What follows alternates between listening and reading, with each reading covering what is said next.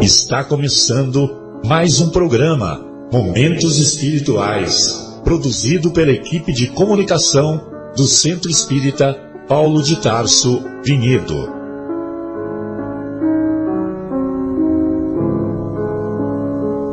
Se guardas contigo o estigma do sofrimento, indagando pela solução dos velhos problemas do ser e da dor, se percebes a nuvem que prenuncia a tormenta e o vórtice traiçoeiro das ondas em que navegas, vem conosco, estudemos a rota de nossa multimilenar romagem no tempo, para sentirmos o calor da flama de nosso próprio espírito, a palpitar, imorredouro na eternidade, e acendendo o lume da esperança, perseveremos juntos em exaltação de alegria que Deus, o Pai de infinita bondade, nos traçou a divina destinação para além das estrelas. Boa noite a todos. Agora está funcionando. Então vamos lá. Iniciamos mais um encontro do programa Momentos Espirituais, hoje na companhia do nosso querido Afonso, do nosso querido João, do não menos querido Marcos e também do nosso novo integrante, Leandro, que está dando a sua preciosa contribuição conosco. Hoje não temos a presença do nosso querido Guilherme, da nossa querida Fátima, devido a problemas de ordem pessoal, e também já nosso coração se sente saudoso do nosso querido Fábio, que inicia uma nova jornada lá na Alemanha. Um grande abraço, Fábio, um grande abraço, Érica, e estamos sempre aí na torcida para você e os seus familiares. Muito bem, hoje nós vamos discutir na primeira hora o capítulo 26 de O Evangelho segundo o Espiritismo, capítulo intitulado Dai gratuitamente o que gratuitamente recebeste. E também, na segunda hora, vamos discutir o capítulo 20 da obra imorredoura conhecida como Nosso Lar, capítulo Noções de Lar. Noções de Lar. Muito bem. Então, hoje nós iniciamos esse nosso encontro com duas passagens do Evangelho do Mestre. Uma se encontra lá no capítulo 10 do Evangelista Mateus, e outra anotação que se encontra tanto no Evangelho de Lucas, quanto no Evangelho de Marcos e também no de Mateus. Então a primeira passagem é assim: restituí a saúde aos doentes, ressuscitai os mortos, curai os leprosos, expulsai os demônios, dai gratuitamente o que gratuitamente haveis recebido. E na outra passagem nós vamos encontrar: disse em seguida a seus discípulos diante de todo o povo que o escutava: precatai-vos dos escribas que se exibem a passear com longas túnicas, que gostam de ser saudados nas praças públicas e de ocupar os primeiros assentos nas sinagogas e os primeiros lugares nos festins, que, a pretexto de extensas preces, devoram as casas das viúvas. Essas pessoas receberão condenação mais rigorosa. Muito bem. Então nós vamos encontrar lá nessas anotações, nós vamos perceber uma marca muito frequente do comportamento do Mestre. Poucas coisas Jesus combateu, mas com muita frequência ele combateu a hipocrisia dos fariseus. E evidentemente que quando ele combate a hipocrisia dos fariseus, como lição de vida eterna, ele combate também, igualmente, a hipocrisia de nós, do homem de maneira geral, independente se encontra no Oriente Médio, no Ocidente, no Oriente, não interessa. O que ele combate como são lições eternas, então essas lições eternas visam combater a hipocrisia nossa, infelizmente, de cada dia. Ou seja, nós não somos coerentes, o nosso comportamento não é coerente com aquilo que pregamos. Mas nessa primeira passagem nós vamos fazer uma reflexão que é quando o mestre diz assim: restituí a saúde aos doentes, ressuscitai os mortos, ressuscitai os mortos. Evidentemente que no caso da ressurreição de Lázaro, no caso da ressurreição de Talita, a filha de Jairo, e teve mais uma que ele ressuscitou que eu não me lembro, né? Eu lembro que são três passagens de ressurreição. Então, nessas passagens de ressuscitação era de um menino, né? Nessas passagens de ressuscitação que nós vamos encontrar na passagem do ministério do mestre, então eram casos de... Encontrou? Eram casos de catalepsia. Catalepsia, a pessoa fica tão doente, com as reações químicas do organismo funcionando de maneira tão tênue. O filho da viúva de Naim. O filho da viúva de Naim, né? É o terceiro caso, o filho da viúva de Naim. Então nós temos a ressuscitação de Lázaro, a ressuscitação de Talita, a filha de Jairo, e a ressuscitação do filho da viúva de Naim. De Naim, correto. Você vê que eles falam a viúva de Naim, né? Mas não falam o nome da mulher, né? Já percebe que havia um comportamento, vamos dizer assim, menos de valorizar a mulher, né? Quase machista. Quase. Muito bem. Mas tem outras passagens que, evidentemente, a mulher também é exaltada. Mas nós temos que também compreender a época que essas anotações foram feitas, e que era a tradição, evidentemente, de se valorizar mais o masculino do que o feminino. É que eu acho que nesse caso do filho da viúva de Naim, ainda tem um apelo embutido nessa história, porque as viúvas, elas não tinham voz social, né? Então as mulheres necessitavam do amparo, do respaldo social masculino. Então, quando a viúva perde o marido, ela perde o status e ela passa a ser amparada pelo filho mais velho. Se o filho mais velho morre, ela fica novamente numa situação de desamparo. Então, o trabalho exercido pelo Cristo de resgatar o filho da viúva é também uma forma embutida de trazer essa viúva de volta à sociedade. Muito bem. Bem lembrado, viu, Afonso? E então nós vamos buscar entender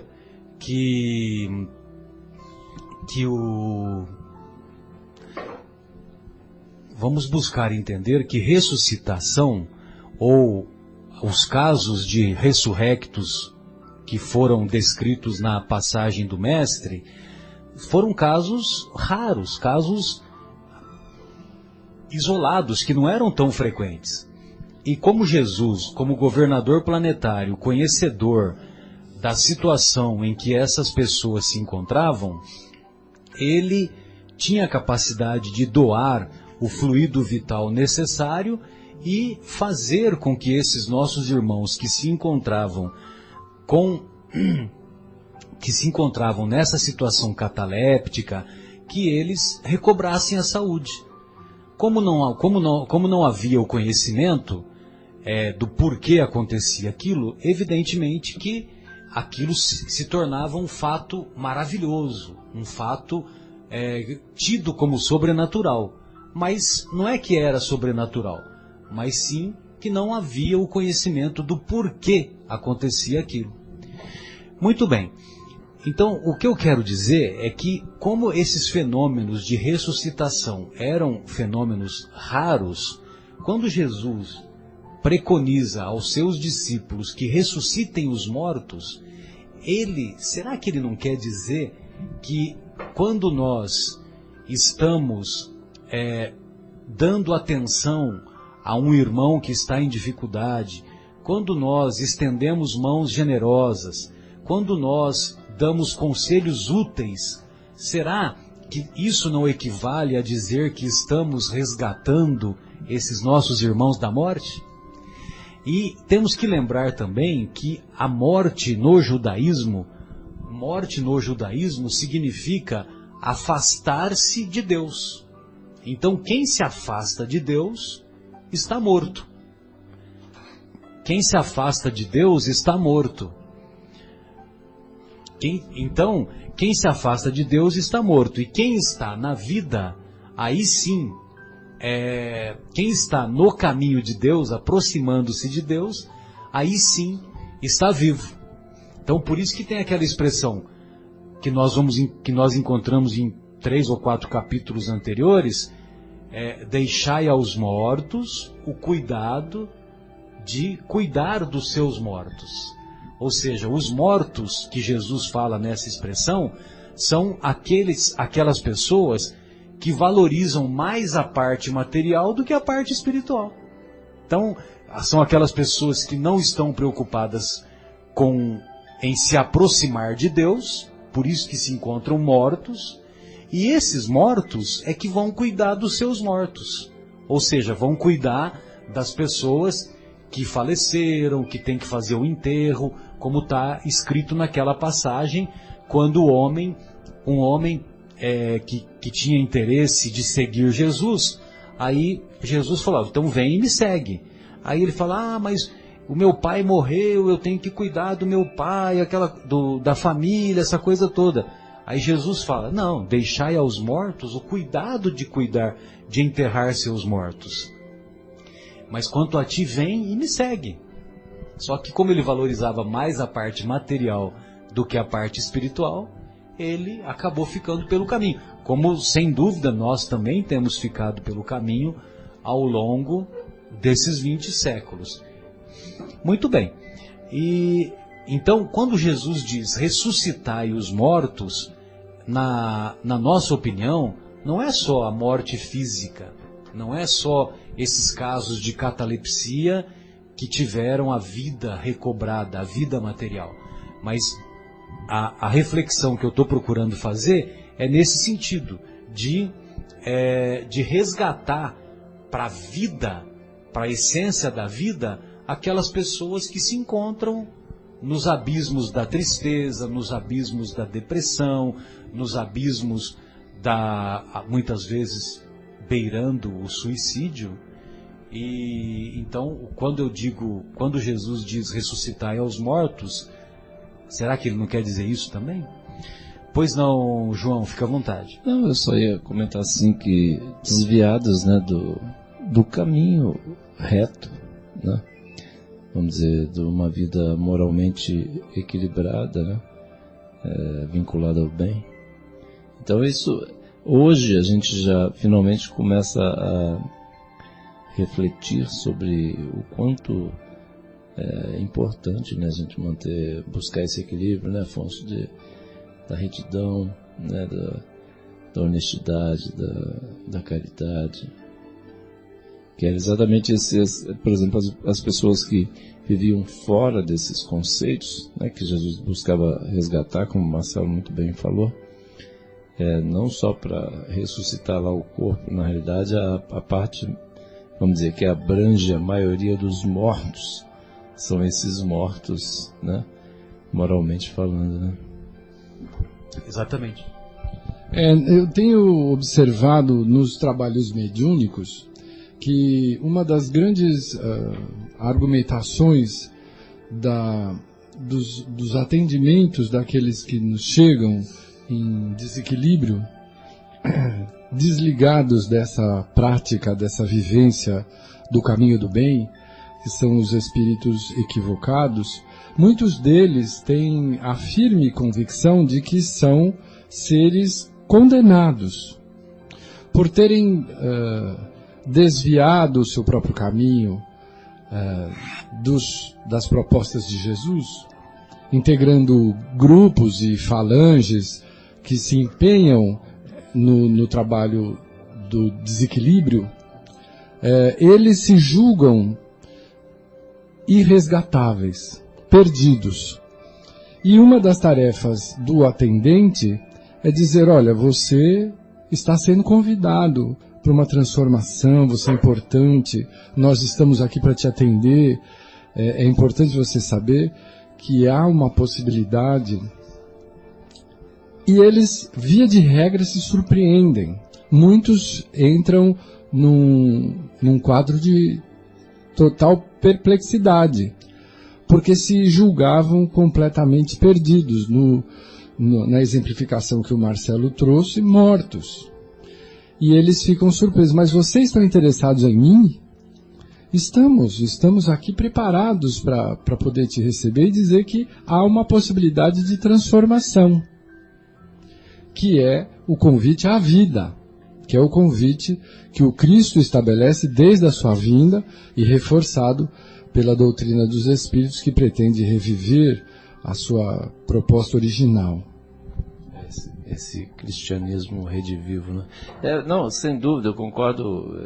Assim, a gente, né, que tem, vamos dizer, essa bênção, dessa possibilidade de participar de trabalhos mediúnicos, né? Então, cada contato com esses irmãos nossos aí, equivocados, como você bem disse, e que passam pela experiência é como se fosse um renascimento. Muitos deles usam esse termo, parece que eu nasci de novo, exatamente, né?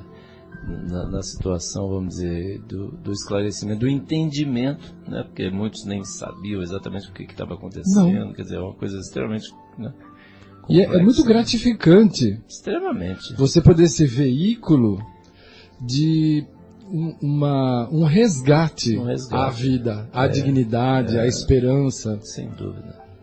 É muito maravilhoso. Resgate à vida não equivale à ressuscitação? É nesse sentido que eu quero dizer, né? Então, por isso que quando a gente faz uma reflexão sobre os ensinos do Mestre, a gente sempre tem que... São vários níveis de interpretação. Tem a interpretação... aquela que é o primeiro entendimento, muitas vezes literal. Aí tem o entendimento mais profundo, né, que vamos chamar de nível intermediário da interpretação, e outro entendimento mais além, mais profundo. Por isso que, por exemplo, nós sempre falamos aqui, né, que quando o Emmanuel volta dos estudos das esferas superiores, o Emmanuel se encontrava no plano espiritual localizado lá, que já é elevado. Aí ele fazia cursos de evangelho em esferas ainda mais elevadas. Aí quando ele voltava dessas esferas mais elevadas, ele dizia que ele se sentia como se fosse um crocodilo. E nessas esferas mais elevadas, eles estavam estudando o evangelho de nosso Senhor Jesus Cristo. Então você imagina a grandeza, né, do ensinamento do Evangelho, a grandeza, o poder que tem esse ensinamento, que ainda nós podemos considerar que a instalação no planeta, 20 séculos, é uma instalação embrionária, né? Apesar de ter passado tanto tempo, mas nós podemos considerar como embrionária. Porque quantas pessoas que não entenderam nada, né? E certamente nós, pela reencarnação, estivemos lá atrás e certamente conduzimos à fogueira muitos inocentes. Talvez já tenhamos ido para a fogueira também. Depois, talvez já um pouco melhores. Eu estou dizendo talvez. Mas o mais provável é que nós estamos naquela fase de mais termos levado a fogueira do que termos ido para a fogueira. A própria, vamos dizer, a missão de Jesus, né, não é nem entender o que Jesus disse, mas acreditar que Jesus era um mensageiro, né? Que Jesus era o Messias. Então, nem isso, né? Quer dizer, olha a distância, né, Afonso?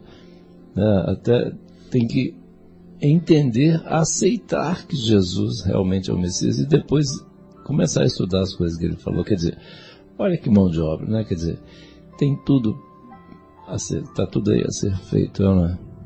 Que bom que nós já estamos aqui conversando, pelo menos não entendemos nada, mas estamos aqui tentando entender as palavras de Jesus. Sem dúvida.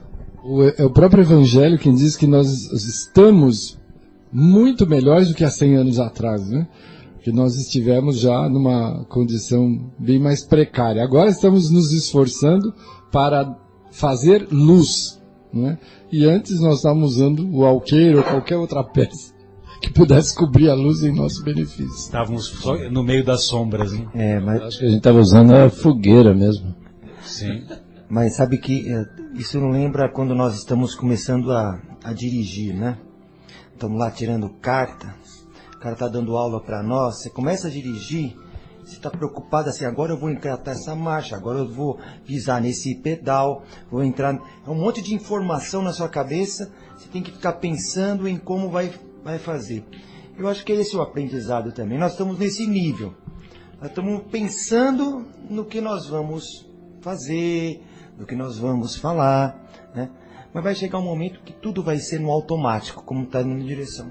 Você faz sem perceber o bem, sem perceber o amor, sem perceber, e só amor, né? E acho que é essa. Eu acho que esse, talvez, como o Marcelo falou, 2 séculos de aprendizado do Cristo. 20 séculos.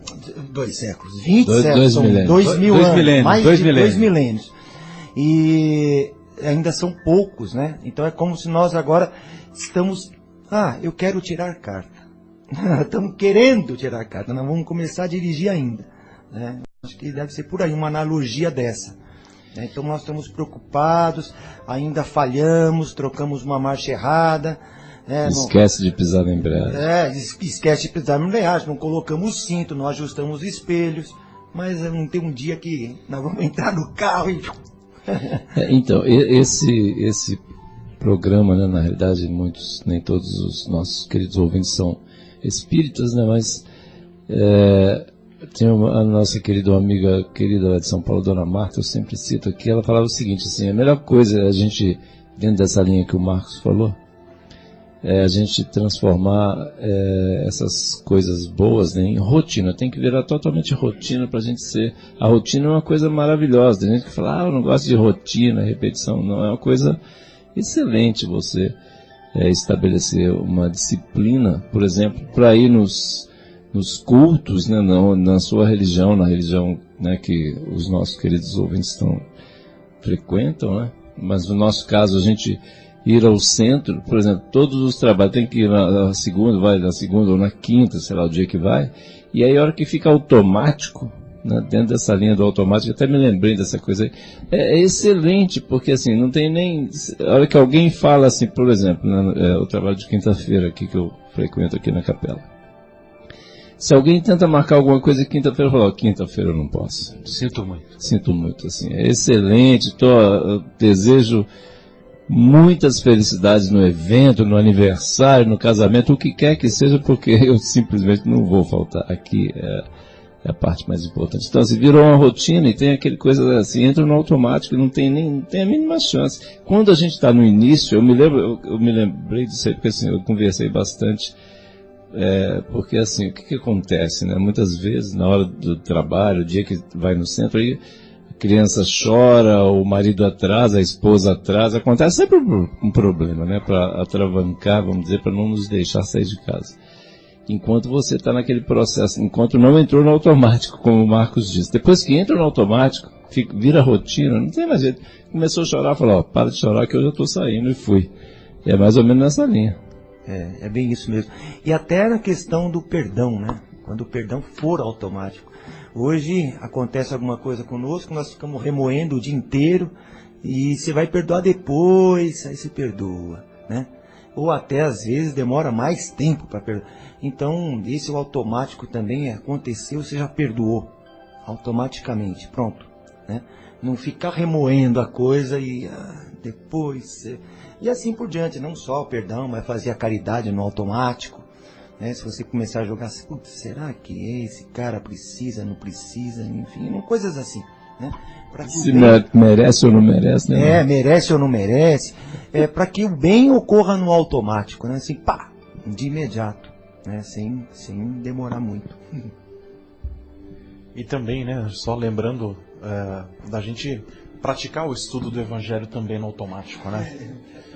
Porque é interessante, como a gente está ainda numa fase Muito embrionária bem, do aprendizado do Evangelho, como o Marcelo citou, nós, cada vez que estudamos um determinado capítulo, né, que nem hoje nós estamos debatendo sobre o capítulo 26, a gente tem um entendimento diferente. Né? A gente tem uma coisa que nós não tínhamos percebido e que acaba aflorando. Então, esse ainda vai levar um pouquinho mais de tempo, né? Mas, até quando você comentou agora, né, Marcos, sobre estar remoendo, eu me lembro uma vez que eu trabalhei numa empresa e a gente tinha um ambiente de trabalho muito difícil lá. Então foi contratado um consultor para nos ajudar, que nós chamávamos de Kaizen comportamental, né? E aí a primeira coisa que ele perguntava para mim... Kaizen é uma ferramenta japonesa. É uma ferramenta japonesa. E zen é o... Exato. Para deixar zen, né? Esse é o sentido. E aí a primeira coisa que ele perguntou pra gente é o seguinte: se nós ficávamos mastigando Bombril por muito tempo. E aí o mastigar Bombril com o aprendizado, com o treinamento, é exatamente isso que o Marcos comentou.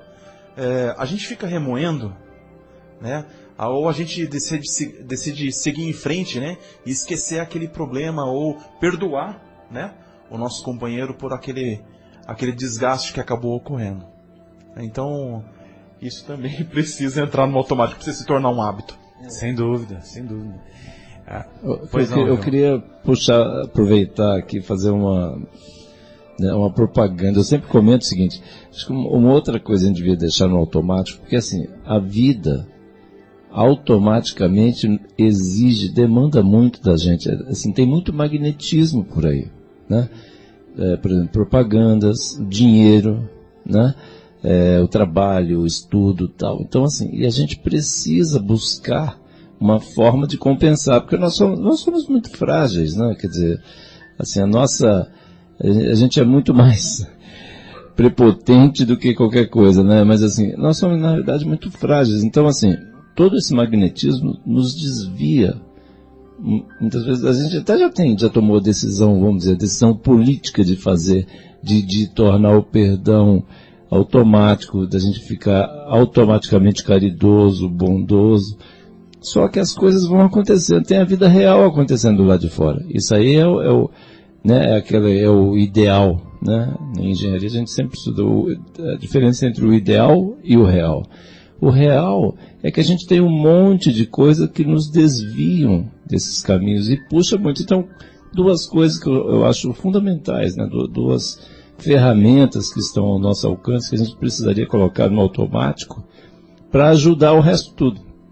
Uma é a prece, né? A gente sempre fazer prece, né? A hora que a gente vai, antes de iniciar uma atividade, igual que antes de começar o trabalho, o programa, a gente faz uma prece. A hora que a gente vai fazer é sempre legal, porque assim, os espíritos, né, os nossos amigos, eles querem nos ajudar, mas eles não se metem se a gente não pede ajuda, né?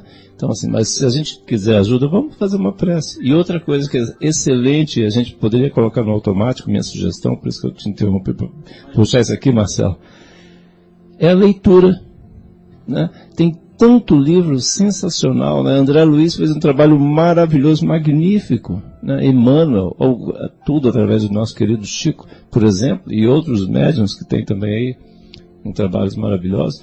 Então, assim, vamos ler mais, né? Pegar um livro e ficar lendo, assim, ler todo dia, né? Nem um pedacinho, não é ficar o dia inteiro lendo, tem todas as atividades, tem que trabalhar, né? Cuidar da casa, dos filhos, dos pais, enfim. Mas pegar sempre e ir na sequência, lendo sempre o Evangelho, como o Leandro comentou.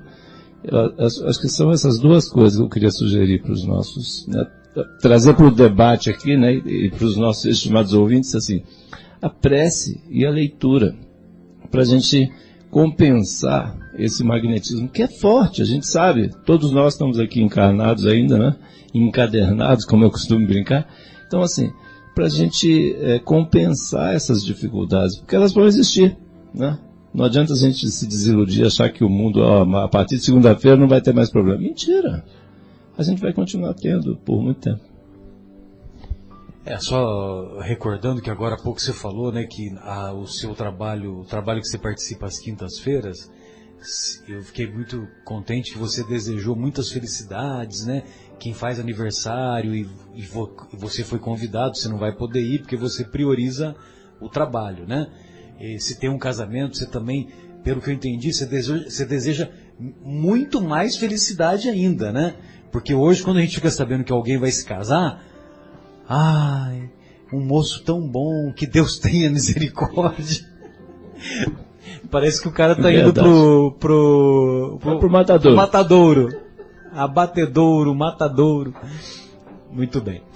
Mas é só um momento de descontração. E voltando à reflexão sobre curai os leprosos, que Jesus segue adiante dizendo, então quando ele diz curai os leprosos, será que necessariamente ele está se referindo apenas à lepra? Evidentemente que na época, que era a doença bíblica, a doença mais marcante, a doença que fazia com que as pessoas ficassem segregadas, ficassem desprovidas da convivência com os seus familiares, por exemplo, né? Havia o Vale dos Leprosos, cada cidade, cada vila, cada vilarejo tinha lá o Vale dos Leprosos. Meu Deus, que sofrimento. Socialmente totalmente isolados. Socialmente isolados, né? E imagina, eles conviviam entre si e um piorando a doença do outro, né? Era arriscado do livro da vida. Arriscado do livro da vida, né? Que eles consideravam, eles colocavam lá na sinagoga. As sinagogas tinham esse livro da vida, bem lembrado, que eram hábitos judeus, evidentemente, que da época. Mas será que quando Jesus diz curai os leprosos, será que ele também não está se referindo às nossas feridas espirituais de intolerância, nossas feridas espirituais de impaciência, de incompreensão, de nos convidando a nos tornarmos puros espiritualmente, ou pelo menos nos esforçarmos para nos tornarmos puros, né? Não necessariamente que nós vamos nos tornar puros em 70, 80 anos, 90 anos eventualmente de existência. Mas será que ele não está se referindo a isso também? Né? A essas feridas? Pois não. Está se referindo, talvez, se a gente tiver que contagiar alguém, que contagie com coisas boas. Contagiemos pelo amor, né? Pelo bom exemplo, exatamente, bem lembrado. Expulsai os demônios, né? É a outra passagem que Jesus fala, né? Eu, particularmente, eu considero que Jesus, governador planetário, quando o planeta Terra surgiu, ele já era Cristo planetário, né? Ou seja, já tem 6 bilhões de anos. Então, quer dizer, se ele já era Cristo planetário, porque... Trabalhou no projeto, né, Marcelo? Trabalhou no projeto. É porque, por exemplo, algum de nós aqui já fez curso de gestão de planetas?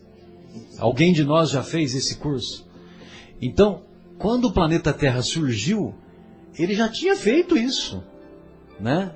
Ele já era um CEO ou chefe dos CEOs, né? Daquela pleiade de espíritos superiores. Aí, então, quer dizer, quando diz expulsai os demônios, que ele convida, né, os seus discípulos a restituir a saúde aos doentes, ressuscitai os mortos, curai os leprosos e expulsai o demônio. Aí, uma pessoa, eu gosto de falar Jesus pessoa, viu?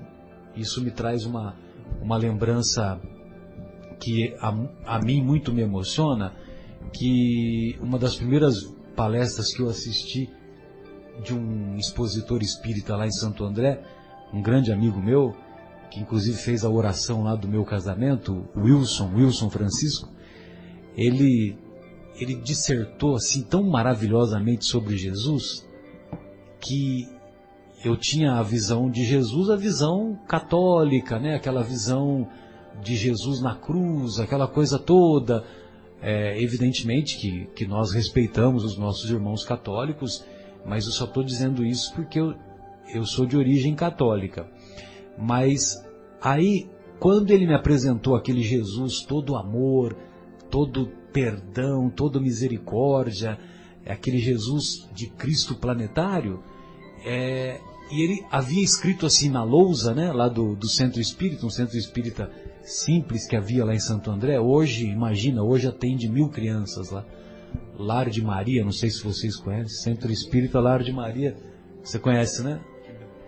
Aí ele escreveu assim, pessoa, e aquilo ficou marcante e marcado para mim, né? Que ele havia escrito pessoa apenas, né? Então, imagine vocês, Jesus, uma pessoa, Cristo planetário, para ele ter sido, vamos dizer assim, escalado para ser Cristo do planeta Terra, porque, evidentemente, ele já tinha as inúmeras qualidades para isso. Aí, ele vai expulsar alguém da convivência dele? Entra na cabeça isso de vocês? Não entra na cabeça, porque por mais delinquente que seja um espírito inferior, por mais voltado ou afastado das coisas de Deus, afastado das coisas espirituais, que seja uma pessoa encarnada ou desencarnada, Cristo vai querer isolá-lo num canto e nunca mais dar uma oportunidade para essa pessoa? Para esse demônio, entre aspas, né? Sempre lembrando que demônio é uma palavra de origem grega que significa gênio, espírito. O Sócrates dizia, né? Meu daimon está me falando isso, meu daimon me orientou isso. Ele queria dizer o meu espírito protetor, o meu gênio que me acompanha, que me inspira, me disse isso. Ou seja, Sócrates era médium, fica bem claro isso, né? Então, só que com o passar dos séculos, a palavra demônio, ela foi assumindo uma outra conotação, e foi uma conotação negativa, uma conotação que demonstrou ou que identificou uma pessoa, um espírito eternamente voltado para o mal. Vinculado ao mal. Vinculado ao mal. Exatamente. E que não tinha chance de recuperação. E não é essa a proposta do mestre. A proposta do mestre é o contrário. É resgatar as pessoas que se encontram no abismo, resgatar as pessoas que se encontram afastadas da espiritualidade superior. Então, quando diz expulsai o demônio, na minha opinião, imagine vocês se lembram daquela passagem que o pai de um jovem diz assim: mestre, levei o meu filho, que é lunático, meu filho para os seus discípulos, e eles não o puderam curar. Aí Jesus se aproxima daquele filho e o filho é curado no mesmo instante. Agora, é curado no mesmo instante porque ele estava diante do Cristo planetário. Então todo aquele envolvimento de luz, de amor, de perdão, de misericórdia, envolveu aqueles espíritos obsessores que acompanhavam e que exerciam a influência negativa naquele espírito lunático, e eles se afastaram. Eles foram afastados. Agora, vamos compreender que Jesus, na sua tarefa, foi acompanhado por uma pleiade de espíritos superiores que o secundavam no seu trabalho. E aqueles espíritos superiores, certamente, recolhiam, encaminhavam aqueles espíritos obsessores, e aqueles espíritos obsessores eram então conduzidos a um refazimento, a um tratamento espiritual, mas eles deixavam de exercer aquela influência negativa naquelas pessoas obsediadas e as pessoas ficavam boas, ficavam curadas. E aí vocês se lembram que depois os apóstolos, em particular, perguntaram para o mestre: por que nós não podemos curar? Aí Jesus diz: para essa classe de espíritos é necessário jejum e oração. Aí pronto, jejum e oração. Aí é outra história que eu vou abrir um parênteses rápido, né? Porque jejum, tem pessoas que acham que jejum no judaísmo é comer 2 colheres de arroz, 1 de feijão, fazer regime, fazer dieta. Não é isso. Jejum de imperfeições. É jejum espiritual, jejum de imperfeições. Como Jesus era portador desse jejum, ou seja, ele não tinha imperfeições morais, aí os espíritos inferiores não reconheceram fraquezas em Jesus e foram envolvidos pela sua luz misericordiosa. Então, quer dizer, aí muda de figura, né? Esse entendimento do expulsai os demônios. Mas você acha que Jesus nunca mais quero ver esses caras na minha frente? Não, o que é isso, poxa? Eles foram encaminhados, foram, como é que vocês fazem lá na reunião mediúnica? Foram doutrinados, foram esclarecidos. Amparados. Né? Amparados. Exatamente. E esse processo, né, é impressionante, né? O Afonso estava comentando sobre as reuniões, né, de atendimento mediúnico. Os espíritos, assim que chegam já no atendimento, eles já sentem que tem alguma coisa diferente, um envolvimento, né? E aí, na conversa, né, a gente vai conversando, assim, com toda a educação, né, possível e tal. E aí eles falam: mas o que será que eu estou sentindo? Eu falei: isso é carinho que você está sentindo. A vibração, são as vibrações de amor, de carinho, né, atenção. E aí muitos, né, falam assim: nossa, mas há quanto tempo que eu nem sei o que é isso? Olha que coisa, é muito forte, né? É muito emocionante, né, Afonso? Então, será assim, que eu mereço isso, né? Exatamente, será que eu mereço?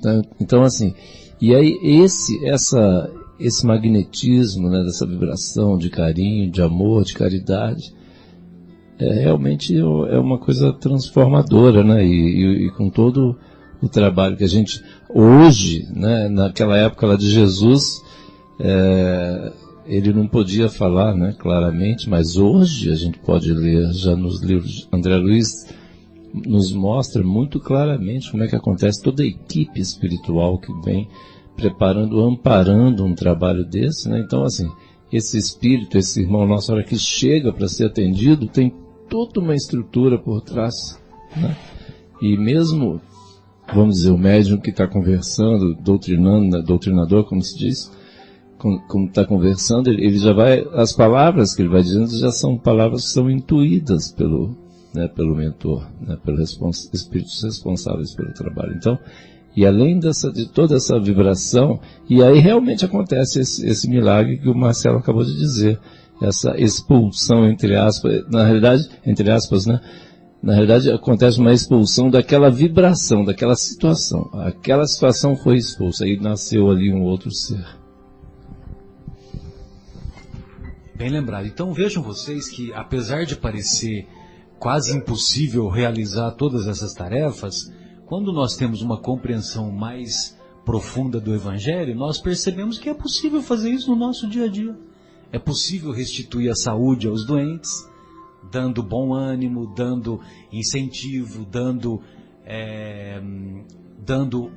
estendendo as nossas mãos generosas, pelo menos com um sorriso, com uma palavra de carinho, de amparo. Nós podemos curar as feridas dos outros através de nos tornarmos pessoas melhores, que nós nos livrarmos, nos despojarmos das nossas imperfeições. Nós vamos também convidar e estimular os nossos interlocutores a fazerem o mesmo. Nós podemos ressuscitar os mortos estendendo mãos generosas para aqueles nossos irmãos que se encontram lá no abismo. Nós podemos encaminhar os demônios como muitas reuniões mediúnicas das mais humildes ou as mais casas espíritas, as simples, mais né? simples e mesmo as maiores, né, as que têm maior movimento. Nessas reuniões mediúnicas, quantos espíritos que são esclarecidos, que são encaminhados, que são doutrinados. Inclusive, Marcelo, assim, uma palavra que está me vindo muito forte aqui, assim, é o respeito, né? Quer dizer, às vezes quantas pessoas, né, precisam, só gostariam de ter um pouco mais de respeito, né, de serem tratadas com mais respeito. E aí, nisso que você falou, por exemplo, numa situação, numa reunião que acontece, em que, por exemplo, um espírito ele é esclarecido, vários outros em paralelo são atendidos, são esclarecidos por uma... muito frequente. Muitas vezes, inclusive, por exemplo, são levados, né, assim, grupos, né, vamos dizer, falanges completas, né, e o doutrinador conversa com o líder. E o líder, a posição do líder, após ele ser atendido, já leva todos os outros. É uma coisa impressionante, assim, é muito emocionante. Eu até me emociono de falar, porque assim, em várias situações, eles mesmos, assim, dão lá o testemunho e explicam o que estava acontecendo, falando, não, e aqueles outros, aqueles outros, não, todos eles vão ser atendidos. Aí ele me fala, nossa, eles já estão sendo atendidos. É muito maravilhoso, gente, assim, demais. Pela própria afinidade, né, em que eles se encontram. Pois não, Afonso? Fica à vontade. Eu gostaria de fazer um comentário que abrange, na minha vivência, a casa espírita. Mas eu acredito que, quando a gente fala do nosso exemplo, nós estamos falando de todos os outros núcleos que, como nós, se dedicam à prática e ao ensinamento de Jesus. Bem lembrado. Esse capítulo nos fala, nos itens que nós estudamos nesta semana, da mediunidade gratuita. E o Marcelo exemplificou as palavras do Cristo de forma bastante atual, contextualizando a nossa vivência. E a casa espírita, assim como todas as casas que se dedicam a Jesus, no meu entender, é um oásis importante e que tão pouco ela é valorizada. Eu convido a todos a reverem a sua prática, a sua vivência nos núcleos aos quais pertencem, porque é um laboratório onde nós que nos aproximamos por todos os motivos. Chegamos necessitados de acolhimento, de esperança, de instrução, de tratamento, muitas vezes, do ponto de vista fluidoterápico, nós somos resgatados das nossas próprias mazelas. E é um grande laboratório, porque assim que nós nos orientamos, somos tratados, aprendemos, iniciamos o nosso desejo de servir, de mudar de lado, nós passamos a nos tratar, nós passamos a nos conhecer melhor e a conhecer melhor os ensinamentos do Cristo. E passamos de mortos a vivos. E podemos participar de situações como essa que citamos dos atendimentos mediúnicos, como copartícipes de muitos outros despertamentos e renascimentos. Então, trazemos, lógico, todos nós, chagas de outras existências, dessa existência, mas elas todas são tratadas de forma muito inteligente nos núcleos espíritas, assim como nos núcleos cristãos, pela prática da caridade, pelo recolocar as pessoas que, como nós, chegamos aos frangalhos, desorientados ou mesmo desesperançados, para nos dar uma nova visão e nos integrar com harmonia para que tenhamos sejamos partes sonoras e harmônicas de uma nova música. E isto é uma grande proposta didática para os corações encarnados e desencarnados. Então nós precisamos amplificar, não fazer crescer, mas ampliar o número de núcleos e a qualidade da participação dos nossos corações nos núcleos aos quais nós pertencemos. Dar um pouco mais de atenção e verificar que essas casas simples, grandes, complexas ou menores, não importa, onde haja boa intenção, onde haja honestidade de princípio, nós estaremos dentro de uma prática da mediunidade gratuita e seguindo a orientação do Mestre Jesus nesses capítulos que o Marcelo citou no início da nossa reflexão. Beleza, Afonso. Então, como última reflexão, eu vou deixar aqui para os nossos estimados ouvintes e para todos nós uma mensagem aqui da obra Vivendo o Evangelho, do espírito de André Luiz, psicografada pelo médium Antônio Badu e Filho, um médium que também conviveu muito com o nosso querido Chico. E essa mensagem, ela diz assim, intitulada Certamente: no Espiritismo não há qualquer dúvida quanto à gratuidade do intercâmbio mediúnico. Gratuidade. Expulsar demônio, curar enfermos, como nós dissemos ao longo das nossas reflexões. Curar leprosos, restituir a saúde aos doentes, ressuscitar os mortos. Entretanto, o médium que desempenha corretamente suas tarefas, mas se dirige à providência divina e pede facilidades, atenção especial, conforto material, isenção de provas, vida sem problemas. Vida sem problemas é demais. Tratamento diferenciado, caminho sem obstáculos, ausência de enfermidades, manifestações de apreço, reconhecimento público, direito à recompensa, garantia de proteção, sucesso pessoal, privilégios. Esse médium espírita, agindo assim, embora não esteja recebendo nenhum pagamento daqueles que o procuram, certamente está cobrando de Deus. E aí agora palavras minhas, né? E já pensou se Deus cobrasse todo o bem que Ele nos oferece? Que dívida impagável é essa? É assim, tem uma coisa que eu me lembro, eu li umas coisas, sei lá, assim, por exemplo, já pensou se a mãe fosse cobrar da gente cada vez que nos amamentou, né, cada vez que acordou de noite para nos atender, porque senão a gente simplesmente, o filhote de humano é super sensível, morreria, né? Então, e a mãe faz isso com todo carinho, e imagino que Deus faz por nós, né? É realmente muito, muito bem lembrado sua imagem, Marcelo. Sem dúvida.